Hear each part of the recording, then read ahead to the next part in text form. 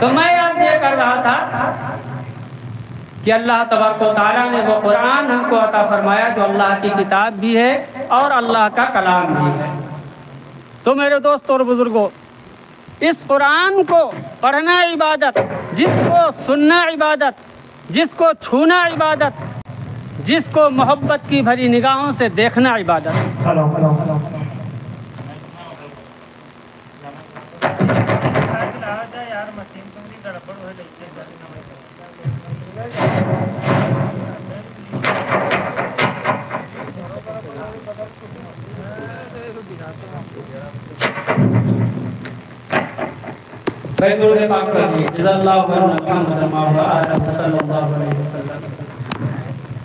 میرے محترم دوستوں اور بزرگوں،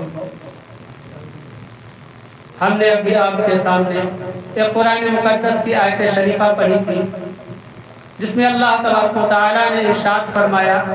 ان اللہ اشترى من المؤمنین انفسهم واموالهم بان لهم الجنہ۔ اللہ تبارک و تعالیٰ فرماتا ہے کہ ہم نے مومنوں کی جان کو اور مال کو خرید لیا۔ ان اللہ اشترى من المؤمنین انفسهم واموالهم بان لهم الجنہ، کہ ہم نے مومنوں کی جان کو اور مال کو خرید لیا ہے جس کے بدلے میں ہم جنت عطا کریں گے۔ کتنی خوش قسمتی کی بات ہے کہ اللہ تبارک و تعالیٰ نے ہماری اس بیکار زندگی کو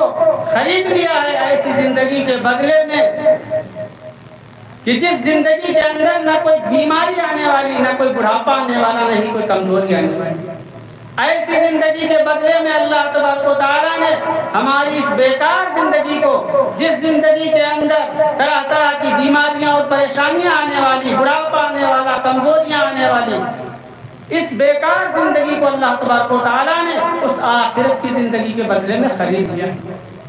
اب اگر ہم اپنی زندگی کا سودا کر لیں تو ہم انشاءاللہ کامیاب ہو جائیں گے۔ اس سے بڑا اللہ کا لطف اور کرم کیا ہوگا؟ میرے دوستوں اور بزرگوں،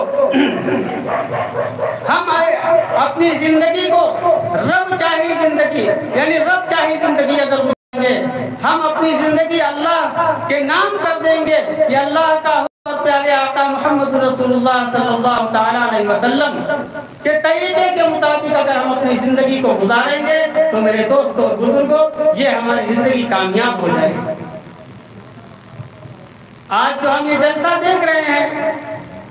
اس میں دستار بندی ہونا ہے، اور ایک حافظ قرآن کا مقام کیا ہے؟ ایک حافظ قرآن کا مقام یہ ہے، ہم تو یہ سمجھتے ہیں کہ مدرسوں میں ایسے ہی پڑھایا جاتا ہے، مدرسوں میں انسانیت کا پیغام دیا جاتا ہے۔ اور یاد رکھیے ایک بات اور آپ کو ہم بتاتے چلیں کہ اللہ کا عذاب ہمارے گناہوں کی وجہ سے جب آتا ہے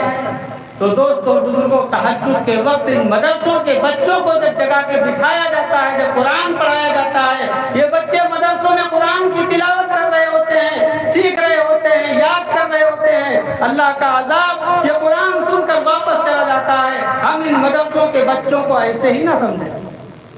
ایک حافظ قرآن کی عظمت کیا ہے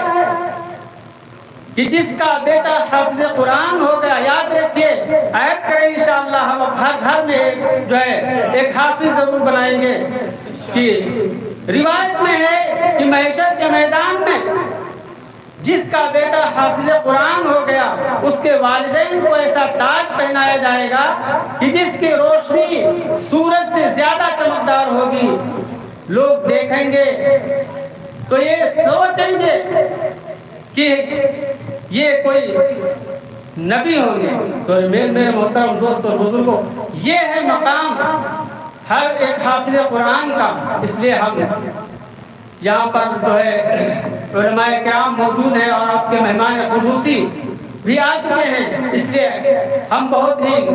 اپنے کم وقت میں اپنی بات کو ہم